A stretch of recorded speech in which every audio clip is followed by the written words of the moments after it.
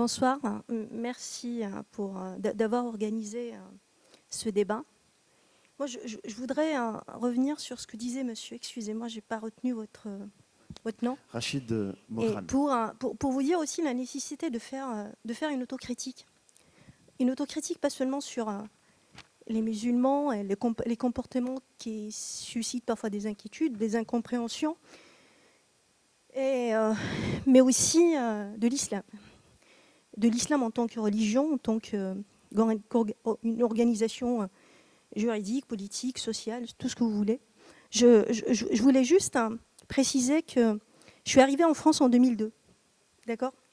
Aujourd'hui, je suis française, je suis extrêmement... je suis très fière, très très fière d'avoir eu la nationalité française. Je suis fille d'un maquisard, donc qui a libéré l'Algérie, enfin en tout cas qui a participé à son niveau à la libération de l'Algérie. Mais je n'ai aucune haine contre la France, en fait. La France m'a donné ma chance. La France m'a accueillie. Et il faut aussi savoir véhiculer ce type de message positif auprès de notre jeunesse, qui a 27% tout de même, et c'est ce qui m'inquiète le plus, qui a 27%, dans le dernier sondage de l'IFOP, dit que les lois de la charia doivent être supérieures aux lois de la République. Voilà où on en est aujourd'hui, ce n'est pas une minorité. Pour moi, 27%, c'est absolument pas une minorité. La situation est assez inquiétante. Et donc, il faut faire ce travail d'autocritique, mais aussi, bien évidemment, que l'absence d'un clergé dans la religion, en tout cas dans la religion musulmane sunnite, est problématique, puisque dès que quelqu'un, musulman ou pas d'ailleurs, critique l'islam, on le taxe d'islamophobie. Mais on a le droit de critiquer l'islam, comme on a le droit de critiquer le christianisme, comme on a le droit de critiquer le judaïsme. On a même le droit de ne pas aimer l'islam, on a même le droit de ne pas aimer le christianisme, et on a même le droit de ne pas aimer le judaïsme. On est dans un pays libre, et c'est un droit. Voilà, tout simplement. Donc, il faut avoir cette autocritique, il faut avoir ce travail sur les textes, puisqu'effectivement, le climat ambiant, en tout cas, ce que vous disiez, c'est une lecture rigoriste de la religion qui domine aujourd'hui dans notre jeunesse. Il faut dire, il faut pas se leurrer, il faut pas fermer les yeux, il faut sortir de la victimisation permanente. Oui, on a une histoire coloniale qui est ce qu'elle est. Non, mais tout de même, la France a offert la chance, a offert énormément de choses à cette jeunesse, et j'en fais partie, tout simplement, née ici ou ailleurs d'ailleurs, ou venue d'ailleurs. Il faut aussi le reconnaître, il faut aussi véhiculer ce type de message positif. Alors, je termine avec ça. Cette lecture égoriste trouve ses sources tout de même dans les textes. Elle ne vient pas de nulle part. Donc, elle fait ce qu'il ne faut pas faire un travail, mais sérieusement, des théologiens, enfin, je ne sais pas, des spécialistes comme vous, des islamologues, des imams peut-être, ou d'autres, je ne suis pas une spécialiste, et de dire aussi qu'il y a des textes qui sont problématiques, qui causent problème, qui causent de réels problèmes pour l'égalité des hommes, entre les femmes et les hommes. Je viens de la société algérienne, j'ai vécu le terrorisme et je sais à quoi ça aboutit tout ça. D'accord ?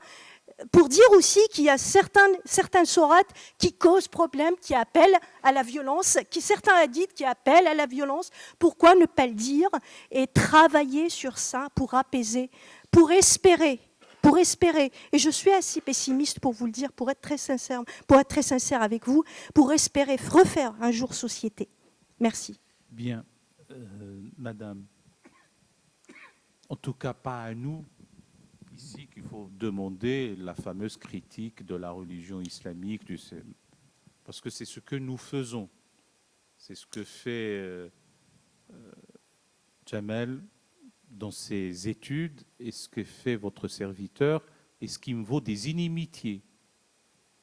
Mais il faut le faire. Quand je dis qu'il ne suffit pas de dire halte à l'amalgame, ceci n'a rien à voir avec l'islam, l'islam est une religion de paix, et que je dis que ce n'est pas suffisant comme seule réponse, qu'il y a lieu de voir ce qui a permis des horreurs au nom de cette tradition religieuse. Il faut avoir ce courage, cette hardiesse. Ça ne nous fait pas plaisir, ce n'est pas de l'autoflagellation, Mais il faut avoir ce courage. Si on veut qu'on sorte de l'ornière, malheureusement, on a un arc de cercle qui va depuis le nord Nigeria jusqu'à l'île de Jolo, passant par la Corne africaine, sans m'apesantir sur cette région du monde qui a vu naître une monstruosité idéologique et religieuse dénommée Daesh, et qui pervertit, avilit, salit notre tradition religieuse, et on ne peut pas se dédouaner uniquement par halte à l'amalgame. Lequel mot est un mot arabe, je le précise toujours. Bien. Donc, ce n'est pas lieu. Sinon, je vous convie à des colloques que nous faisons, etc.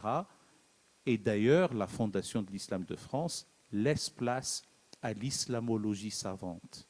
Avoir un discours rationnel, éclairé, académique, scientifique sur le fait islamique. Il faut voir les choses clairement. On ne va pas encore faire un cours de théologie alors que j'en appelle à la refondation de la pensée théologique islamique. Alors vous dites, oui, mais on a le droit de ne pas aimer l'islam, etc. Bien sûr qu'on a le droit, et heureusement. C'est une question de liberté.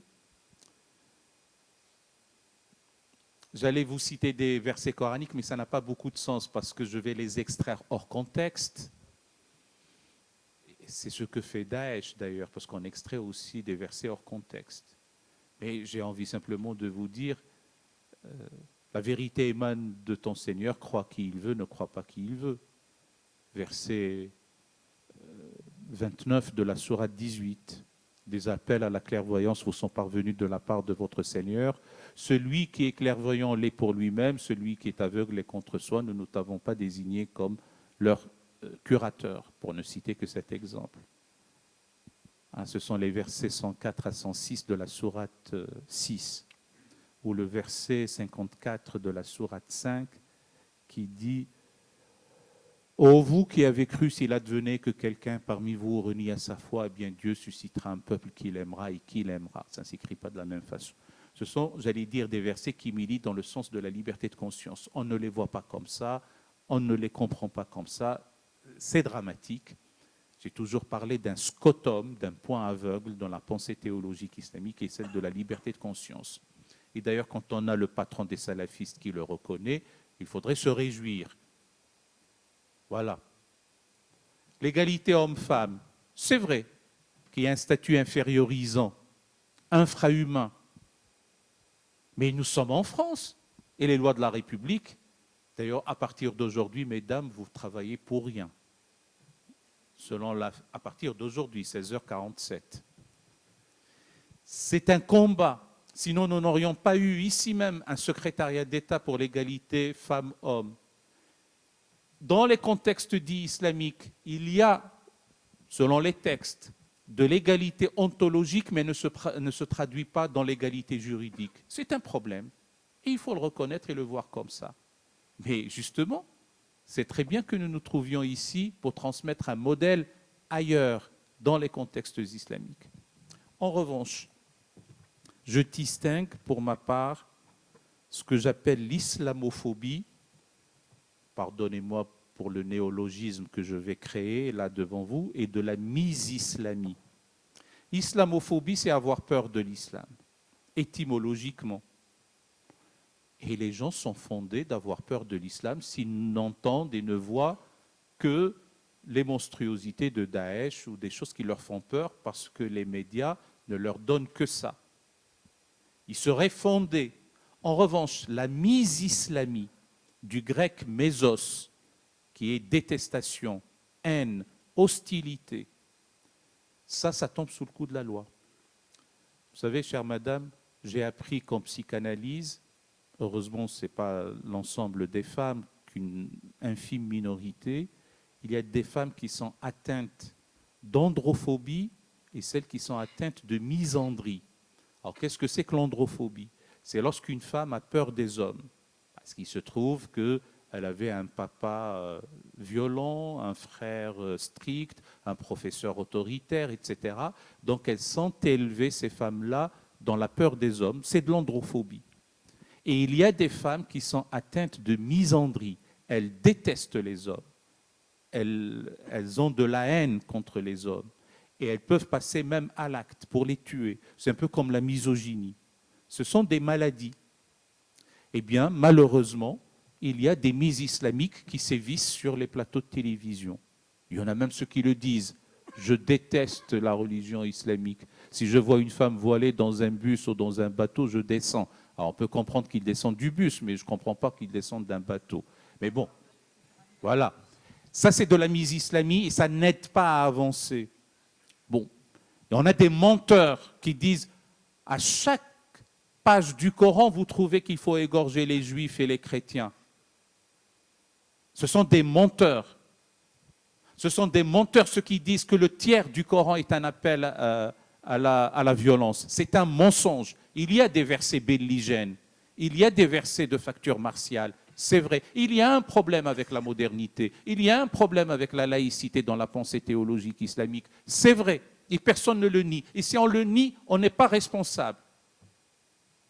Et donc le problème est là. La mise islamique fait des ravages. Et la critique est la bienvenue. Vous savez, la critique, quand elle est populaire, elle n'est pas dénuée de bon sens, et quand elle est académique, elle fait avancer les choses. Toute doctrine, toute idéologie, toute philosophie, et a fortiori une théologie qui esquive le choc des idées, qui élude les questions, eh bien se vulnérabilise. Il ne lui reste plus que l'asphyxie, que la violence pour survivre quelques instants. Donc, bienvenue à la critique.